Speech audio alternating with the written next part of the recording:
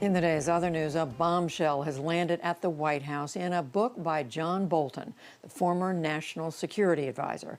According to news accounts, Bolton says President Trump asked China's President Xi Jinping for re-election help by buying more U.S. farm products. Bolton also reportedly accuses Mr. Trump of endorsing concentration camps for China's Muslim Uyghurs. Beyond that, the Wall Street Journal quotes him as writing, and I quote, "I'm hard-pressed to identify any significant Trump decision during my White House tenure that wasn't driven by re-election calculations."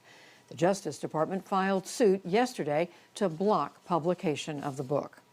In the COVID-19 pandemic, new numbers today show New York State has cut infection rates to the lowest in the country. It had been the epicenter of the U.S. pandemic. Meanwhile, the World Health Organization welcomed British findings that a steroid, dexamethasone, cuts death rates among critically ill patients, but it also counseled caution. It's exceptionally important that this drug is used under medical supervision. This is not for mild cases. This is not for prophylaxis. This is a very, very powerful anti-inflammatory drug. It can rescue patients who are in very serious condition where their lungs and their cardiovascular system around their lungs may be very inflamed. Also today, travelers in China look for ways out of Beijing as officials cancel two-thirds of flights in and out of the city amid a new outbreak. Separately, China says that India has agreed to peacefully end a border dispute in the Himalayas. The two sides clashed Monday in the Ladakh region's Galwan Valley as soldiers fought hand-to-hand on a narrow mountainous ridge. A vigil was held in New Delhi today for the 20 Indian troops killed. China has not announced what its casualties were. The United States is targeting Syria's President Bashar al-Assad and his inner circle with new economic sanctions. It's aimed at punishing Syria for abusing human rights and refusing to negotiate peace after 9 years of civil war.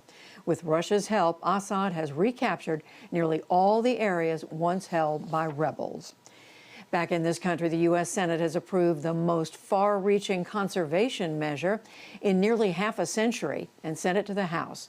The Great American Outdoors Act includes nearly $3 billion a year for national parks and other efforts. We'll take a closer look later in the program. And on Wall Street, stocks mostly ran out of steam. The Dow Jones Industrial Average lost 170 points to close at 26,119. The Nasdaq rose 14 points, but the S&P 500 slipped 11. Still to come on the NewsHour, one-on-one with former Defense Secretary and CIA Director Robert Gates.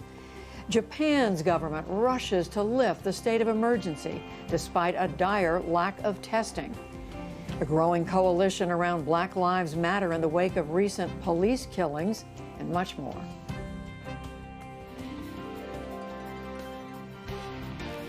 This is the PBS NewsHour from WETA Studios in Washington and in the West from the Walter Cronkite School of Journalism at Arizona State University.